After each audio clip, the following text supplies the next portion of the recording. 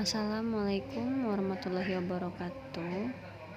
Perkenalkan, saya Alfi Trisnawati. Di sini saya akan menjelaskan tentang gaya kepemimpinan birokrasi. Pengertian birokrasi. Birokrasi merupakan struktur tatanan organisasi, bagan pembagian kerja, dan hierarki yang terdapat pada sebuah lembaga yang penting untuk menjalankan tugas-tugas agar lebih teratur. Dalam pelaksanaannya, birokrasi memiliki prosedur atau aturan yang bersifat tetap dan rantai komando yang berupa hierarki. Kewenangannya mengalir dari atas ke bawah. Pemimpinan birokrasi, suatu proses mempengaruhi para pegawai untuk menyelesaikan suatu pekerjaan dan mengarahkan organisasi agar lebih kompak dan kondusif dengan cara menerapkan konsep nilai, etika, karakter, pengetahuan, dan keterampilan melalui kewenangan yang dimilikinya. Birokrasi dalam dunia pendidikan. Birokrasi terjadi pada level organisasi mulai dari pimpinan puncak sampai pada pejabat yang paling rendah. Dalam hal ini, pemerintah yang diperankan oleh Departemen Pendidikan Nasional baik dari provinsi maupun pemerintah kabupaten atau kota, serta satuan pendidik di sekolah yang dipimpin oleh seorang kepala sekolah.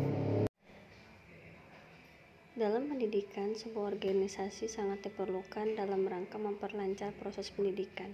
Begitupun aspek birokrasi ini dalam pendidikan yang tidak dapat dipisahkan, karena hakikat birokrasi yang merupakan pelayanan publik dalam hal ini agar mutu pendidikan terus meningkat. Karakteristik kepemimpinan birokrasi. Yang pertama, pemimpin mengutamakan ketaatan. Yang kedua, bekerja masih berpatokan pada peraturan yang kaku. Yang ketiga, pemimpin lamban dalam mengambil keputusan. Yang keempat, pemimpin birokrasi mengendalikan kewenangan bersifat formal. Yang kelima, pemimpin yang lebih tinggi menuntut ketaatan pemimpin yang lebih rendah. Yang keenam, pemimpin kurang aktif menciptakan dan mengembangkan kegiatan dan para anggota atau bawahan tidak dapat berkreativitas karena peraturan yang sudah baku tersebut. Contoh gaya kepemimpinan birokrasi dalam pendidikan.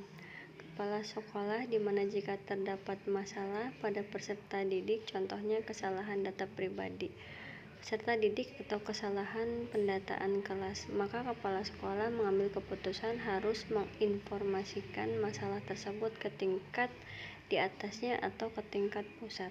Hal ini kepala sekolah mengambil keputusan sesuai dengan prosedur yang sudah ada. Contoh lain, jika seorang siswa hendak membuat atau mengajukan kartu KIP, maka prosesnya harus dimulai dari tingkat terendah dulu seperti surat dari pihak sekolah, kemudian ke desa, kecamatan, dan ke tingkat lebih tinggi di atasnya.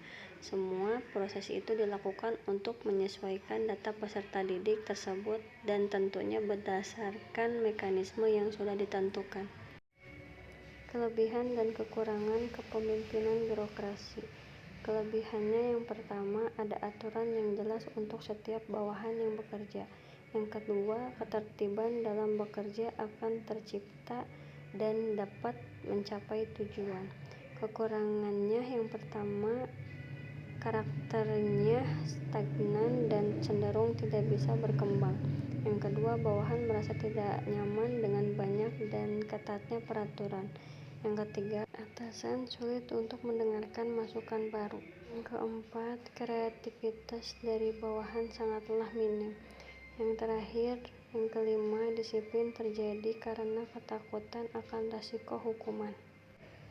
Kesimpulannya, pada dasarnya birokrasi memiliki hakikat yaitu berfungsi untuk memudahkan pelayanan publik. Gaya kepemimpinan birokrasi dapat membantu mempermudah dalam memberikan layanan pendidikan yang pastinya akan mempengaruhi upaya dalam peningkatan mutu pendidikan.